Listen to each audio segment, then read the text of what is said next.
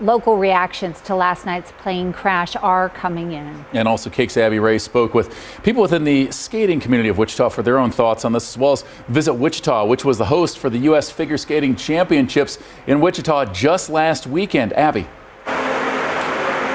Yeah, Deb, Chris, I'm here at the Wichita Ice Center. It looks like they're cleaning off the ice for some youth hockey to take place. But earlier this week, this is where there were dozens of skaters, some of which we now know are victims of this tragic crash. After learning more about the fact that there are no survivors of the crash and 14 of the victims are actually members of the figure skating community, people we've been speaking with are just destroyed about this, mourning the loss and calling it a very dark day for Wichita and for the entire U.S. figure skating community.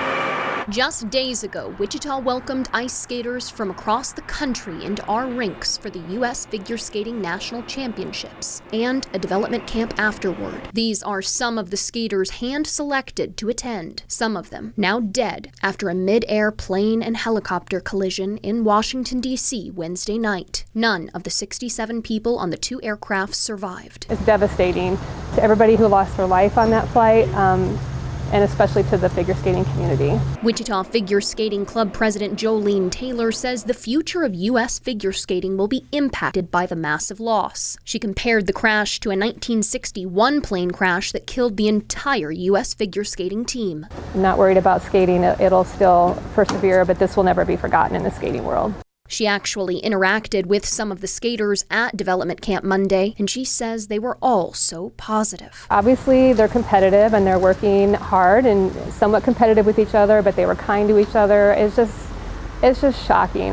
Even though no Wichita Figure Skating Club members died in this tragedy, it still hits home for Wichitans, especially Sean O'Reilly, the general manager of the Wichita Ice Center, which just hosted the camp and practices for the skating championship. He calls ice skating the greatest recreational sport in the world. It's a wonderful community, but when something like this happens, it will hurt for a long time.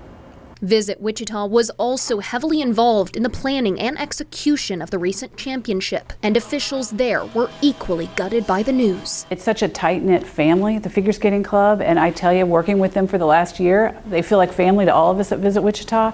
It's just devastating news. The skating community here will have a lot to heal from moving forward. Visit Wichita says it's committed to helping the figure skating community and supporting the victims and their families in any way possible as more information becomes readily available.